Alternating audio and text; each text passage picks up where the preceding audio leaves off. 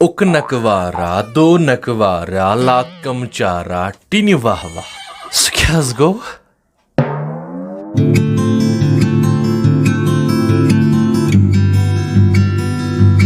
वालेकुम वरहमतुल्लाह वमेद छुस करान तुह सारी आसो बसेतु सलामत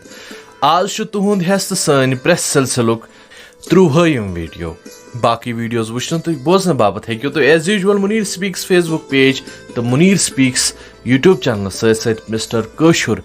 यूट्यूब चैनल चेक करित गोड कैंसन लफ्जन पे नजर तो तिहुंद माना कोंड कंडिस ज माना अख माना गो युस कोंड अचित आसे खून अनान तकलीफ वातनावान ब्याह कोंड इस्तेमाल करान कंजूसस बापत कत कत पे वनान कंस कंजूसस बापत कोता कोन मधुर मधुर गो म्यूट स्वीट यथ अंग्रेज पट वनान वेद पुराण यम हिंदू मतिक मजहबी किताब तो वारिया प्रानी किताब वलियो पको ब्रो कुन तो वुचो सन अजिच गोडनिच प्रेस आख छु कुंड मगर येड बरान ब्याख छु हुक मगर अस मदरान ब्याख परान वेद पुराण आख छु कुंड मगर येड बरान ब्याख छु हुक मगर अस मदरान ब्याख परान वेद पुराण यमन त्रेन छु कुनै नाव तलहज वन्यो जवाब क्या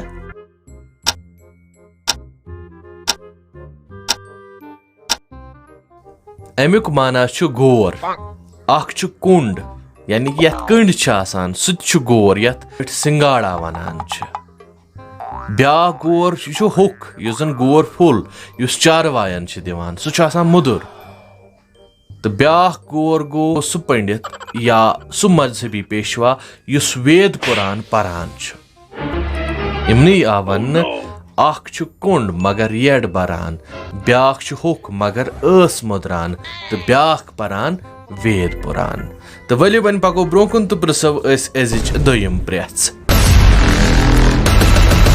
अथव नतय खरव नतय जोर सतन पकान छु अथव नतय खरव नतय जोर सतन पकान छु तशु वनुन इशार कोकुन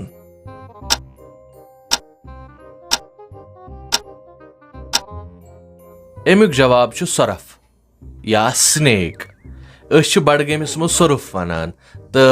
अनंतनाग या साउथ कश्मीरस मज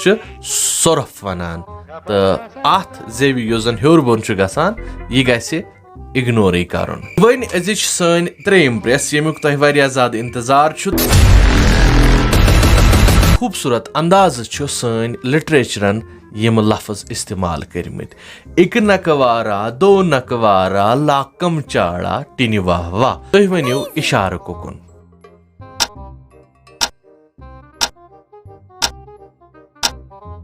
अमुक सही जवाब छु ख्राव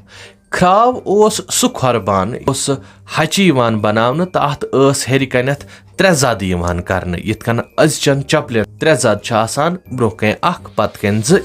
पन्न बचन तह हायु यह ख्राव क्या गई तिकाज मिसाल अगर कुन साथ दियो तिमन रोज याद यह ख्राव कर छ वुचमज